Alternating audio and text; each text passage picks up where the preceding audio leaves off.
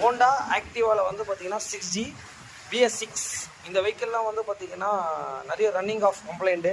அதுக்கப்புறம் வெஹிக்கிள் வந்து மார்னிங் டைமில் ஸ்டார்ட் ஆகலை, வண்டி ஸ்டார்ட் ஆகுது, ஒரு இடத்துல போய் நிப்பாட்டினா மறுபடியும் ஆஃப் ஆகிடுது. இந்த மாதிரி கம்ப்ளைண்ட்ஸுக்கு மெயினாக வந்து பார்த்திங்கன்னா இந்த ஸ்பார்க் ப்ளக்கை தான் நம்ம வந்து செக் பண்ணணும்.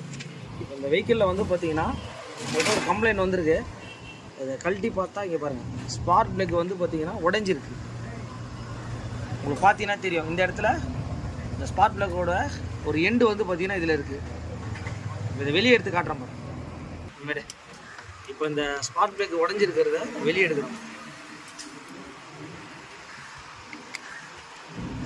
அந்த உடஞ்ச ஸ்பார்க் ப்ளக்கோட எண்டு எப்படி இருக்கும் அப்படின்னு கேட்டிங்கன்னா இங்கே பாருங்க. அதனால் ஸ்பார்க் ப்ளக்லாம் எவ்ரி 10,000 கிலோமீட்டருக்கு ஒரு வாட்டி சேஞ்ச் பண்ணுங்கள். 2,000-2,500 கிலோமீட்டரில் நீங்கள் சர்வீஸ் மாதிரி கொடுங்க, இல்லைனா கழட்டி க்ளீனாவது பண்ணணும். லோக்கல் ப்ளக் போட்டால் என்ன நடக்கும் அப்படின்றத இந்த வீடியோ வந்து ரொம்ப ஒரு முக்கியமான வீடியோ. எல்லா வண்டிக்குமே வந்து இந்த மாதிரி வந்து அன்பிராண்ட் இங்கே பாருங்க, TAP அப்படின்னு சொல்லிட்டு ஒரு பிராண்டு. இந்த BS6க்கெல்லாம் இதை போடவே கூடாது. இங்கே பாருங்க, அதனால தான் வந்து பார்த்திங்கன்னா டேமேஜ் ஆகிருக்கு. நம்ம ஒன்று வந்து பார்த்திங்கன்னா இந்த மாதிரி போஸ் இந்த மாதிரி கம்பெனி இதெல்லாம் நம்ம போட்டோன்னா ஃப்ளெக்கு தான் இருக்கிறதுலே ரொம்ப ரொம்ப மெயின்.